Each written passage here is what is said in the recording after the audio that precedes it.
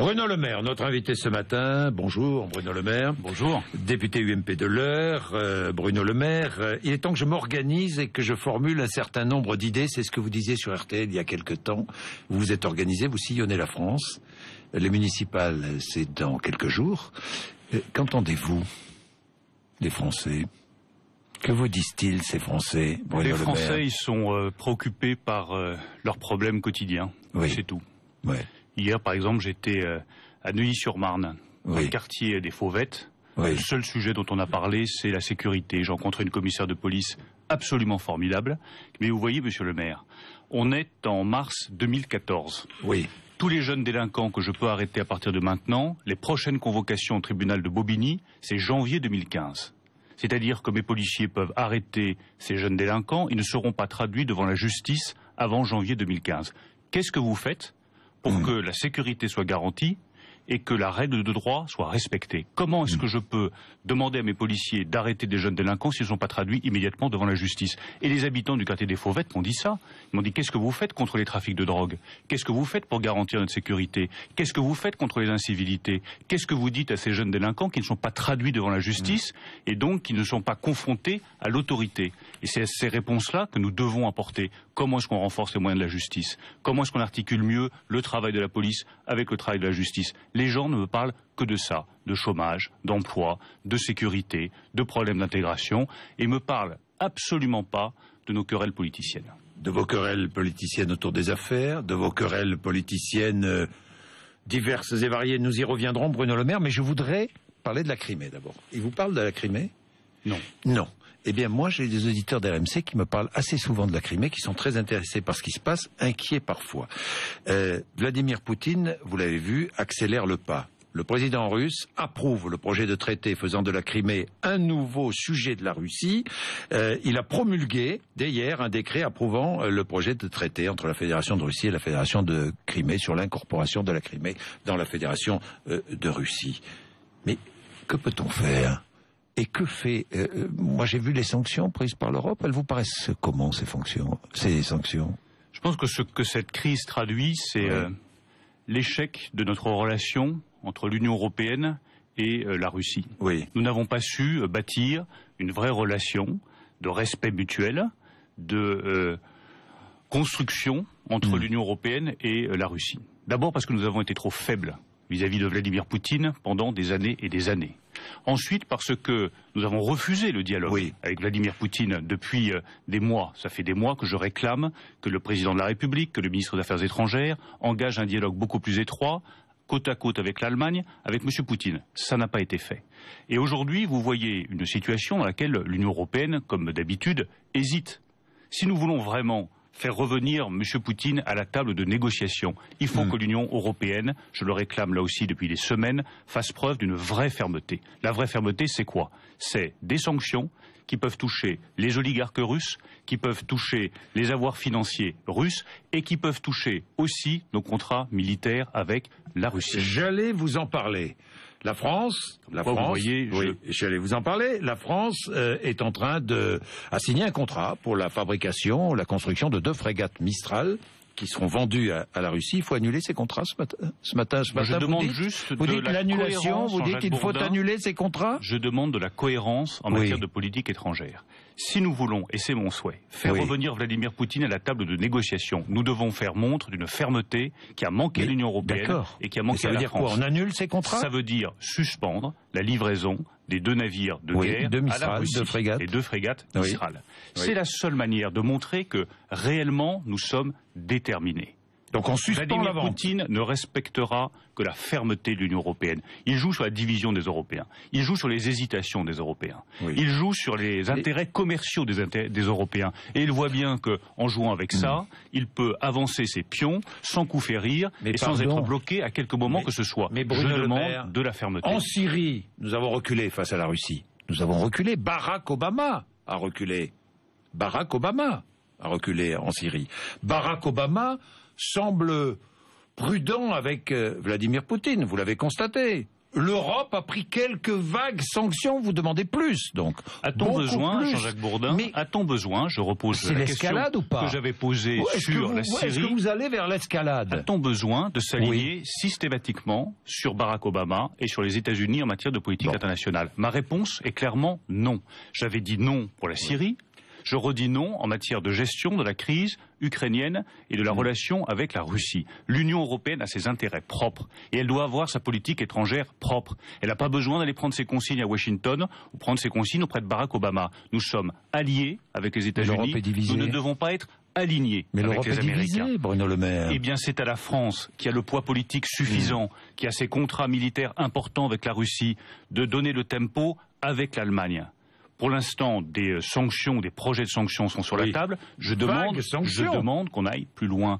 Vous demandez qu'on aille plus loin. Pour le moment, ces sanctions donc, et ces projets de sanctions... d'une escalade. Mais ce ne sera pas une escalade. C'est quoi l'escalade? L'escalade, c'est laisser Poutine faire ce qu'il veut. C'est ça l'escalade. La vraie escalade, c'est si Poutine intervient militairement d'une manière ou d'une autre à l'est de l'Ukraine. Ça, c'est l'escalade. En revanche, être capable de prendre ses responsabilités et dire, nous, Européens, nous ne laisserons pas faire ce simulacre de référendum en Crimée, nous ne l'acceptons pas. Illégal, ce référendum, à vos yeux? C'est en tout cas un simulacre de référendum, un référendum qui est organisé en quelques jours, la population en pleine crise politique. A dit oui au rattachement à 95%. Vous voyez bien les conditions dans lesquelles ce référendum a été organisé. On ne peut pas affaiblir les règles de la démocratie. On ne peut pas affaiblir ce qui sont nos principes fondamentaux. Un référendum se fait dans des conditions politiques différentes, de sérénité, en donnant le temps à la réflexion, en donnant le temps à la campagne. Un référendum qui est monté comme ça en quelques jours, en pleine crise politique, uniquement pour obtenir un blanc-seing, pour annexer la Crimée à la Russie, franchement, ça vaut pas grand-chose. Vous êtes favorable à l'entrée de l'Ukraine dans l'Union européenne? Non. Non. Non. Je suis favorable à ce qu'on arrête tout élargissement en matière d'Union européenne. Si nous voulons que le projet européen réussisse, la seule chose qui compte aujourd'hui, c'est de nous intégrer davantage à 18, c'est-à-dire les pays qui ont la même monnaie commune. L'élargissement, stop. On arrête, on ne va pas systématiquement faire rentrer de nouveaux pays qui ont un retard économique considérable sur nous et qui risquent d'appauvrir nos propres citoyens. Moi, je pense à tous nos concitoyens qui sont au chômage, qui cherchent un emploi, qui ont le sentiment que leurs entreprises partent hors dehors de leurs frontières. Elles n'ont pas besoin d'un nouvel État dans l'Union européenne. Et est-ce que vous croyez que quelques sanctions supplémentaires, que l'annulation de la vente de 2 frégates, ça va faire reculer Vladimir Poutine? Franchement, je pense, vous le croyez? En tout cas, que de rien faire, se contenter de simulacres de sanctions, là, on est sûr que Vladimir Poutine, pour le moment, ce sont des simulacres de sanctions. En revanche, prendre de véritables sanctions financières ou d'ordre contractuel sur les contrats militaires que nous avons avec la Russie, je pense que ça peut amener Vladimir Poutine à la table de négociation, parce que notre objectif, c'est quoi? C'est pas de mettre Vladimir Poutine dans un coin, c'est de lui dire, nous sommes fermes, nous avons des intérêts, ils sont aujourd'hui divergents avec la Russie, discutons pour voir comment est-ce que nous pouvons rapprocher nos intérêts. Et ce genre de discussion ne se fait que dans la fermeté et dans la transparence. Vladimir Poutine brandit l'épisode Kosovo. Le 17 février 2008, les parlementaires kosovars albanais votent par proclamation une déclaration d'indépendance du Kosovo, province d'un État souverain, la Serbie. La Serbie.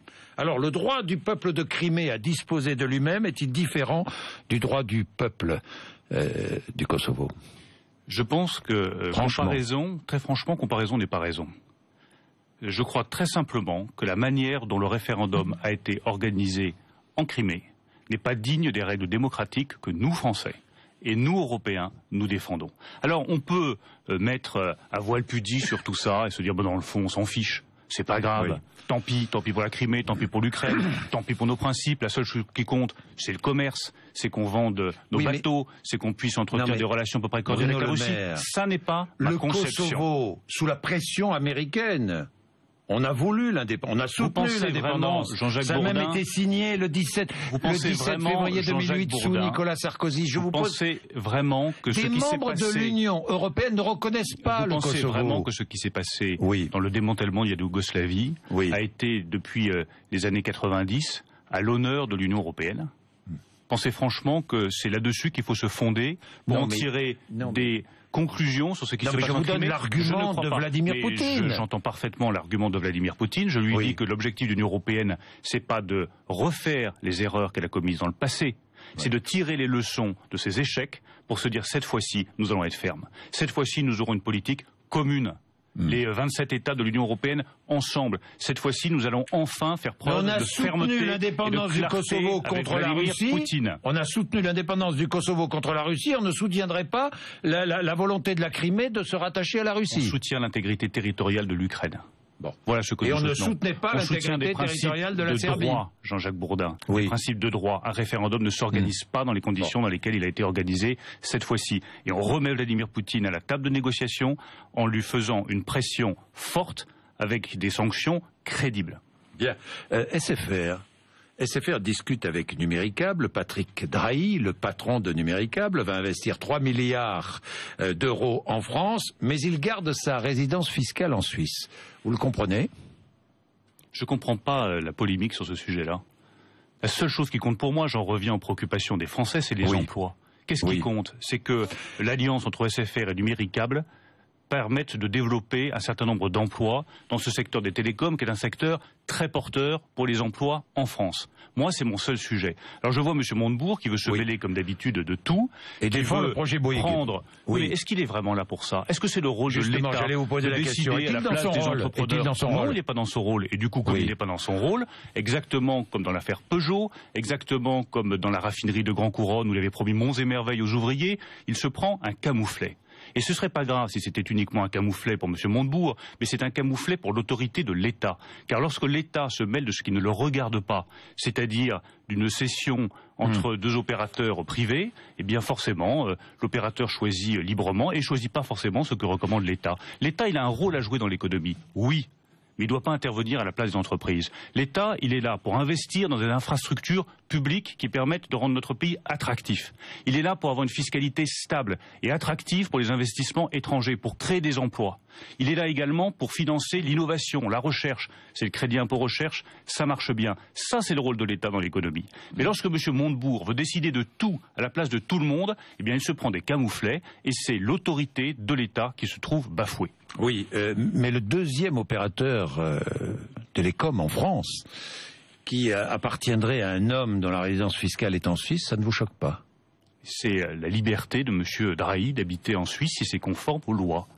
On s'écarte, comme à chaque fois, des grands principes et surtout de ce que peut être la vision du développement économique de notre pays. C'est ça le sujet. Pourquoi est-ce qu'on va passer des heures sur la résidence fiscale de M. Drahi? C'est son problème si c'est légal. Moi, ce qui compte, c'est qu'on développe des emplois, qu'on développe le numérique, qu'on ait des opérateurs de mobile qui soient puissants, qu'on puisse avoir le maximum d'emplois dans ce secteur demain. C'est la seule chose qui m'intéresse. Ayons une vision de long terme plutôt que de systématiquement tomber dans les petites polémiques de court terme qui, je crois, n'intéressent pas nos compatriotes. Bien, les municipales. Est-il vrai que vous ne parlez plus de vague bleue à l'UMP?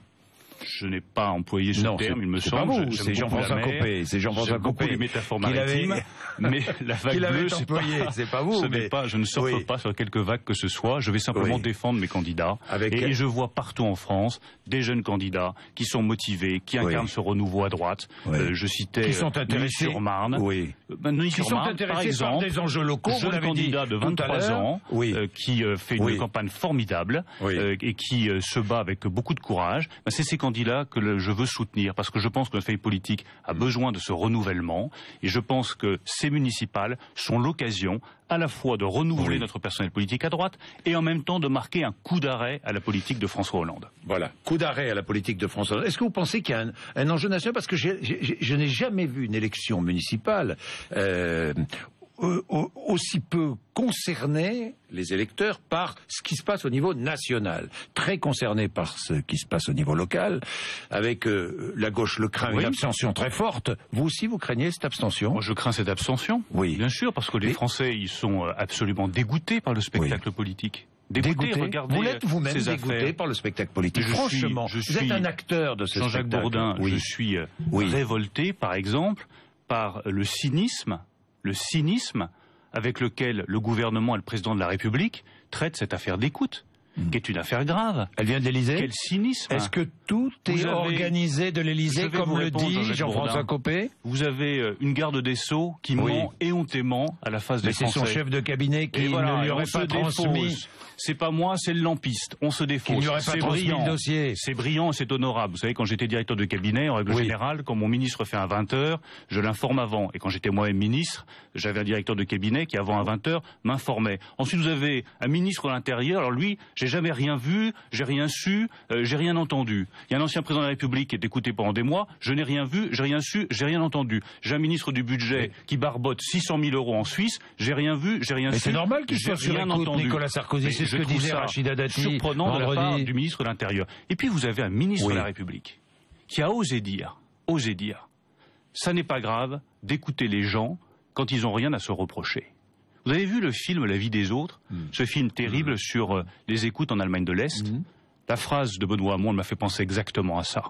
Quand un ministre de la République est capable de dire « c'est pas grave quand on écoute les gens, quand ils n'ont rien à se reprocher », on se rapproche tout simplement du totalitarisme et de la vie des autres. Je souhaite pas ça à ma République. Et vous avez un président de la République, dites-moi, un président de la République totalitaire, un gouvernement qui fait preuve d'un cynisme et d'un président de la République qui fait preuve d'un cynisme total. Oui, non, mais totalitaire. Où est le président de la République dans cette affaire? Pourquoi est-ce que, comme à chaque fois, il se défausse? Pourquoi est-ce qu'il se cache? Pourquoi tous ces faux fuyants? Je pose deux questions au président de la République et je pense qu'il serait bon pour notre démocratie, pour l'état de droit en France, pour le respect des libertés publiques, que le président de la République réponde à ces deux questions. Oui ou non, était-il informé et à quelle date de ses écoutes sur un ancien président de la République? Deuxième question, a-t-il été informé à quelque moment que ce soit du contenu de ses écoutes? Il est urgent pour la salubrité de notre débat public et pour la protection des libertés publiques que le président de la République réponde à ces deux questions. Bruno Le Maire, est-ce que la justice a fait son travail en plaçant Nicolas Sarkozy sur écoute? La justice peut faire son travail. Ce que je souhaite, ce n'est pas la justice que je mets en cause. Ce que je mets en cause, c'est vous ne mettez pas en cause le travail des juges, non, donc. Absolument pas. Je mets en cause le silence assourdissant du président de la République. Je mets en cause le cynisme de ce gouvernement. Je mets en cause le mensonge de Mme Taubira. Je mets en cause les paroles de Benoît Hamon, qui sont indignes d'un ministre de la République. On n'écoute pas, dans un état de droit, les citoyens. Bruno Le Maire, vous parliez de renouvellement de la classe politique. Les Français vous en parlent, j'en suis absolument certain. Les Français m'en parlent partout, dans toutes les villes de France. Le retour de Nicolas Sarkozy, c'est le renouvellement de la classe politique, franchement. Vous savez, un homme politique peut se renouveler aussi lui-même. Oui, d'accord, oui, non, ça c'est facile. Phénix qui renaissent de leur cendre. C'est facile. Non, mais franchement, c'est facile, ça. Bruno Le Maire, vous le reconnaissez. Mais vous savez, si je ne croyais pas au renouvellement, je ne serais pas engagé. Le renouvellement, c'est-à-dire qu'on ne veut pas revoir les mêmes. Le renouvellement, les mots ont leur sens. Jean-Jacques Bourdin, c'est pas à moi de juger de ça. Oui. Et j'ai de leçons à donner à personne. C'est les Français qui jugeront. En revanche, ce renouvellement que je veux porter sur la pratique démocratique, sur les propositions que vous connaissez bien, sur la classe politique, vous l'avez dit, le non-cumul, sur la réduction du nombre de parlementaires qui est devenu indispensable, sur une meilleure organisation des rapports entre la justice et l'exécutif. Tout ça, je veux le porter et je le porterai jusqu'au bout, en toutes circonstances. Et les affaires actuelles, le climat politique actuel, ce que me disent surtout les Français sur le terrain, leurs attentes en matière de police, de sécurité, de justice, d'éducation, tout ça m'incite à aller encore beaucoup, beaucoup plus loin. Il ne fait que renforcer chaque jour dans ma détermination. Votre détermination, c'est quoi? C'est de renouveler la classe politique. Je reviens à cette commissaire de police que j'ai vu hier. De vous engager plus loin. Oui, m'engager plus loin. Oui, moi personnellement, Jean-Jacques Bourdin, parce que je ne le fais pas pour moi. Je le fais pour cette commissaire de police que j'ai vue hier, pour ces habitants de Neuilly-sur-Marne et du quartier des Fauvettes que j'ai vus hier, qui ont droit à la sécurité comme n'importe qui d'autre. Et il faut bien qu'on fasse des propositions fortes en matière d'articulation entre la police et la justice pour qu'on règle ces problèmes de sécurité. Il faut bien qu'on trouve des solutions pour que les jeunes délinquants, le jour même où ils ont commis un acte qui n'est pas légal, soient traduits devant la justice et soient condamnés pour qu'ils comprennent qu'il y a une autorité dans la République et que l'autorité doit être respectée. Moi, je veux aider tous ces enseignants que j'ai vus, qui font face à des classes très difficiles, qui ont le sentiment que leur autorité d'enseignant n'est plus respectée. Donc oui, je m'engage en politique depuis maintenant des années et je m'engagerai toujours plus. Et vous engagerez toujours plus, ça veut dire candidature à la primaire de l'UMP? Chaque chose en son temps, Jean-Jacques Bourdin. C'est-à-dire que vous n'écartez pas l'idée? Je n'écarte jamais aucune hypothèse. Bon, mais à l'UMP, votre situation est terrible. Vous parlez de renouvellement de la classe politique. tout n'est-il pas suspendu à la décision de Nicolas Sarkozy? C'est quand même extraordinaire, non? Je pense Votre pas que situation, non? Je vais vous répondre avec Franchement. beaucoup de sincérité. Oui, allez-y, tiens. Je ne me soucie pas de ce que font mes amis de l'UMP. Oui. Je leur laisse une totale liberté, que ce soit Nicolas Sarkozy, François Fillon, Jean-François Copé. Chacun a sa démarche politique parfaitement légitime. Qu'est-ce que fera Alain Juppé? Il le décidera seul, face à lui-même, et sa décision sera, à mes yeux, forcément la bonne. Je crois que ce qui est important dans notre famille, c'est qu'on puisse proposer différentes options. C'est que les électeurs puissent se dire, tiens, il se passe quelque chose à droite. Vous pourriez rejoindre Alain Juppé et avec Alain Juppé former un ticket présidentiel? Je pense que vous n'avez pas compris ma remarque tout à l'heure. D'accord. J'ai des convictions Renouvellement personnelles. Je les défendrai jusqu'au bout, en toutes circonstances. Jusqu'au bout, on a compris, on a compris. Dites-moi, j'ai une dernière question, parce que Laurent Fabius vient de dire, sur Europe 1, que Vladimir Poutine restait invité le 6 juin en France aux commémorations du débarquement allié. Faut-il toujours l'inviter, monsieur Poutine? Je pense que quand on a une politique, il faut la mener jusqu'au bout.